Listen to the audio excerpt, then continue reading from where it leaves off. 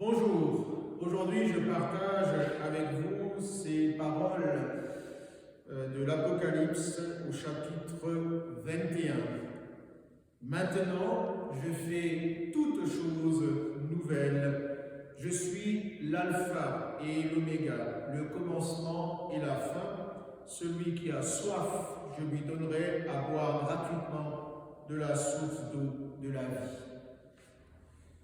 Nous avons, chers frères et sœurs, grand besoin d'entendre et de faire nôtre ces paroles en ce jour. L'incertitude du lendemain et la peur de l'avenir hantent beaucoup de nos contemporains actuellement. Le plus dur pour tous les acteurs de la société, c'est d'attendre. Nous tous, nous attendons avec une certaine impatience que la pandémie prenne fin et que nous puissions reprendre une vie proche de la normalité.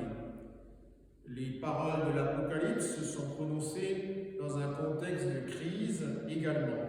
Les chrétiens sont persécutés parce qu'ils confessent un seul Seigneur, à savoir Jésus-Christ, et refusent de vouer un culte aux idoles comme à celui de l'empereur. On peut comprendre le désespoir de ces personnes poursuivies à cause de leur foi.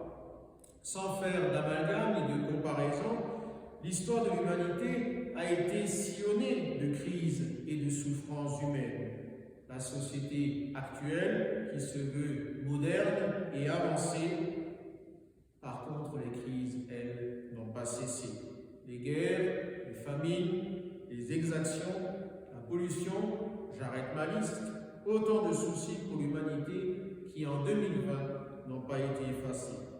C'est donc avec espérance et avec optimisme que nous prêtons l'oreille aux paroles du prophète Isaïe et à l'apôtre Jean. Tous les deux parlent d'un monde nouveau à venir, où le loup séjournera avec l'agneau et où il n'y aura plus de mort, plus de lamentation, ni de cris, ni de douleur.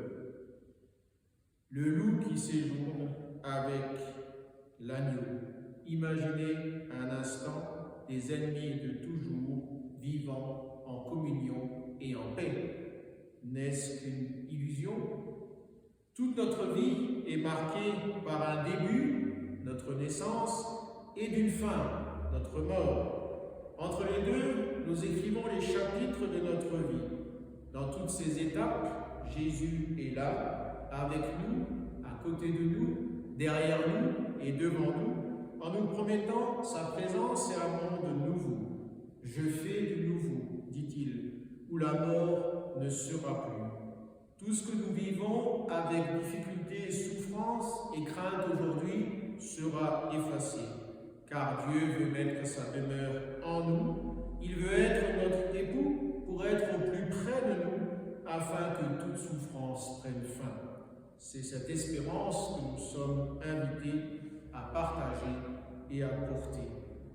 Prions ensemble.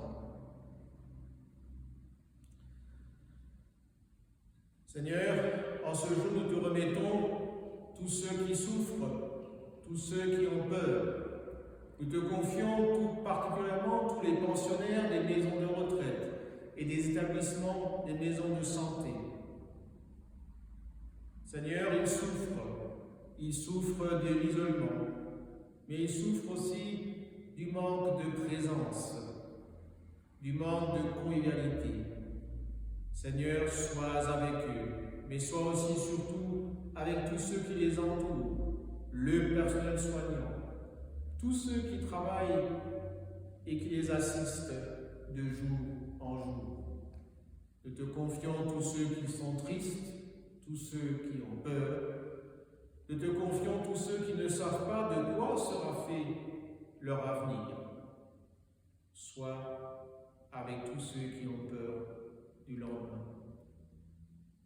Oui, Seigneur, fais-nous comprendre que chez toi se trouve la vie, que chez toi se trouve l'espérance d'un monde nouveau et d'une vie nouvelle.